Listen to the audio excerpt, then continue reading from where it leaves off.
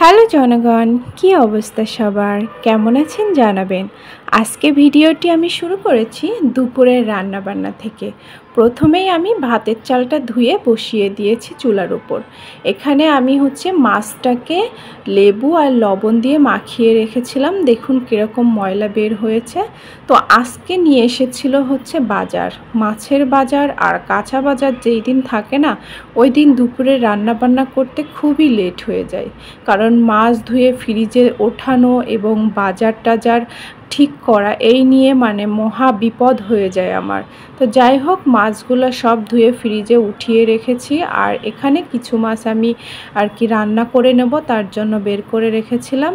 তো মাছটা দেখতে পারলেন অনেক সুন্দর করে ধুয়েছি। মাছটা আমি খুব সুন্দর করে ধুই, কারণ মাছটা সবাই কম বেশি সুন্দর করেই ধুই, কারণ মাছ দিয়ে যাতে আস্তে গন্ধ না বের হয়।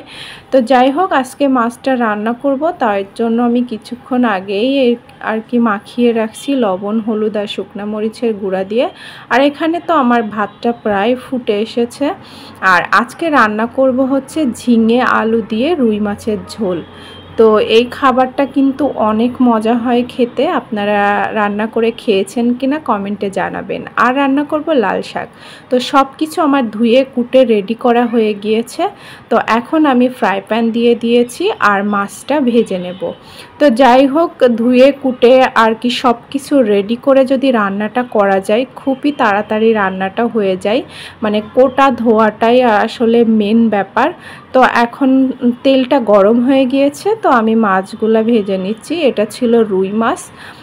তো টাটকা মাছটা আমি রান্না করার ট্রাই করি। তো যেহেতু আজকেই মাছটা এনেছে, তার জন্য রান্নাটা শুরু করে দিয়েছি। আর মাছ কিন্তু আমার খুবই পছন্দের একটা খাবার। আমার যে কোনো মাছই খুবই ভালো লাগে। যে কোনো বলতে আমি এখন ঢাকাতে এসে জিওল মাছটা, আমার ওই বড় বড় জিওল মাছটা আমার ভালো লাগে না। আর দুই একটা মাছ আমার খুব একটা ভালো লাগে না। তাছাড়া আমি সব মাছই খুবই মজা করে খাই। তো এখানে আমি অল্প একটু তেল দিয়ে ঝিঙে আলুটা তেলের ওপর দিয়ে দিয়েছি। এখন এটাকে লবণ হলুদ দিয়ে সুন্দর করে 2 মিনিটের মতো কষিয়ে নেব। তারপরে দিয়ে দেব এখানে কিছু বাটা মশলা। এখানে আদা রসুন বাটা আছে, কাঁচামরিচ বাটা আছে, আর পেঁয়াজ বাটা। আর এখানে আমি ধনিয়া জিরা পাউডারটা দিয়ে দিয়েছি। এবার সুন্দর করে এটাকে আরও 2 মিনিট কষিয়ে নিতে হবে। তো এই রান্নাটা আমি প্রথম করছি, প্রথম বলতে কি আগে যতবার করেছি অতটা মজা হয়নি। তো এবার খুবই মজা হয়েছিল।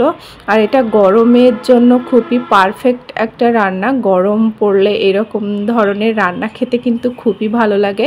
তো দেখতেই পাচ্ছেন পানিটা অনেক শুকিয়ে গিয়েছে। আমি ঝোলটাও চেক করে নিলাম লবণটা ঠিক আছে কিনা। তো এখন পাশে থাকা ভেজে রাখা মাছগুলো আমি এখন দিয়ে দিচ্ছি ঝোলের ভিতরে। আলুটাও সিদ্ধ হয়ে গিয়েছে আর ঝিঙেটা তো সিদ্ধ হয়ে একেবারেই সুন্দর মতো গলে গিয়েছে। যাই হোক, আমি এখন তরকারিটা তেলে পেড়ে নেব। সব তরকারি তেলে পেড়ে খেতে বেশি মজা লাগে।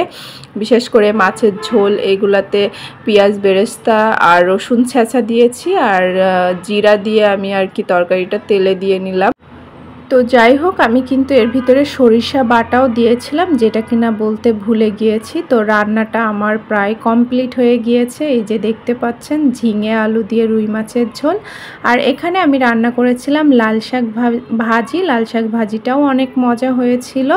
তো আজকে ছিল এটাই দুপুরে রান্নাবান্না শেয়ার করলাম। ভালো লাগলে অবশ্যই লাইক কমেন্ট শেয়ার করবেন। ভালো থাকবেন সবাই। আল্লাহ হাফেজ।